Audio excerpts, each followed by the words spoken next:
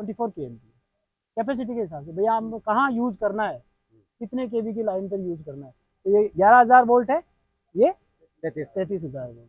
Step down power transformer हो गया, 33 केवी घुसी है, 11 केवी निकल गई है। वैसे भी ये हाँ डेल्टा स्टार ही है, ठीक है। इसकी प्लेट पीछे की तरफ लगी हुई है, प्लेट के अंदर भी वो डायग्राम बना हुआ है, स्टार एक पॉइंट से निकले हुए हैं, डेल्टा यानी वो ट्राइंगल बना हुआ है, ठीक है। उसके अंदर वो कनेक्शन है, कोयल के कनेक्शन है, फिर उनकी कोयल जो आती है ना, उन कोयलों के कनेक्शन है वो स्टार और डेल्टा। अभी स्टार डेल्टा शब्द बोल दिया, लेकिन समझ में नहीं आया कि स्टार क्या हुआ डेल्टा क्या हुआ। तो वो तो पर्टिकुलर आप थ्योरी में समझोगे या इन ट्रांसफार्मर को खोला जाए पूरा तो तब समझ में आएगा। जैसे 3 कॉइल हो गई, ठीक है, एक कॉइल ये, ऐसी ही एक कॉइल ये हो गई, और ऐसी ही एक कॉइल ये हो गई, ठीक है। ऊपर भी एक वायर है, नीचे भी एक वायर है। कॉइल का स्टार्टिंग फिर round round round round and wire भी निकलेगा, ऐसे भी इस कॉइल का starting round round round and wire. तो तीनों को एक, नीचे वाले तीनों को एक पॉइंट पे जोड़ दिया, ठीक है, 3 बाहर निकाल दिए, तो स्टार हो गया, ठीक है। ऐसे ही चारों को कॉमन करेंगे फिर, और इनको अलग छोड़ेंगे।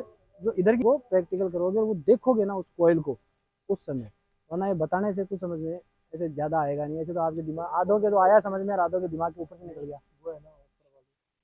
एल ए लाइटिंग, तो बीच वाला भी वही है, तीनों है ये। अब आपको लोगों को अलग क्यों दिख रहे हैं, कंपनी का फर्क है, कंपनी का फर्क है, बनावट का फर्क है, ठीक है।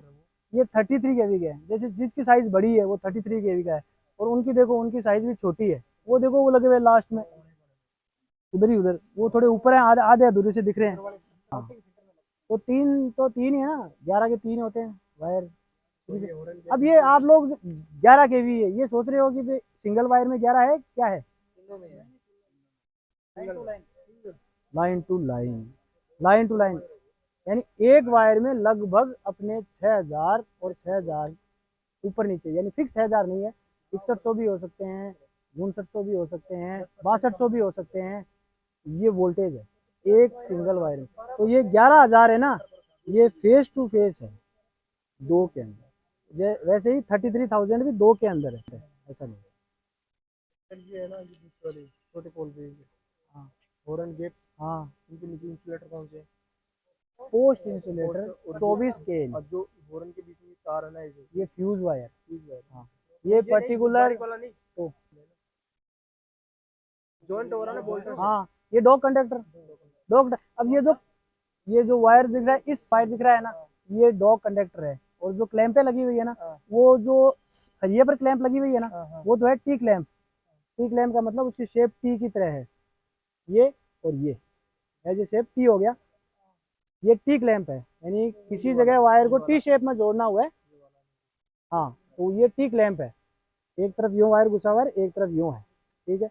और ये जो बराबर है, देखो एक क्लैंप है बराबर जिसमें 3 बोल्ट लगे हुए हैं, ये पीजी क्लैंप है, ये देखो ये लगी हुई, उसके जस्ट पास में वो पीजी क्लैंप है।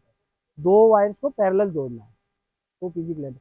अब ये क्लैंप लगाते क्यों है भाई, क्या जरूरी है, इसको तो ऐसे ही बांध सकते हैं ना, स्पार्किंग नहीं करेगी, ऐसे बांधेंगे ये, तो वो उसके बीच में गैप रह जाएगा, गैप रहेगा तो टेम्परेचर, हवा, नमी के कारण ये ढीला होगा, जिससे करंट इसमें गुजरेगा, तो कोई चीज़ जो करंट गुजरेगा वो चीज़ नरम होगी, ढीली होगी, जगह बनाएगा, जगह बनाएगा, फिर स्पार्किंग होगी, तर तर तर तर करेगा, ये धीरे धीरे धीरे धीरे वो जल जाएगा, वहाँ से कट जाएगा। इस वजह से इसमें जैसे आप बता रहे ये रेटर कूलिंग है, एयर कूलिंग है, ऑन एंड एयर कूलिंग। ये जो रेटर्स है ना इसमें, हाँ ये दोनों साइड में ये वायर, सॉरी ऑयल और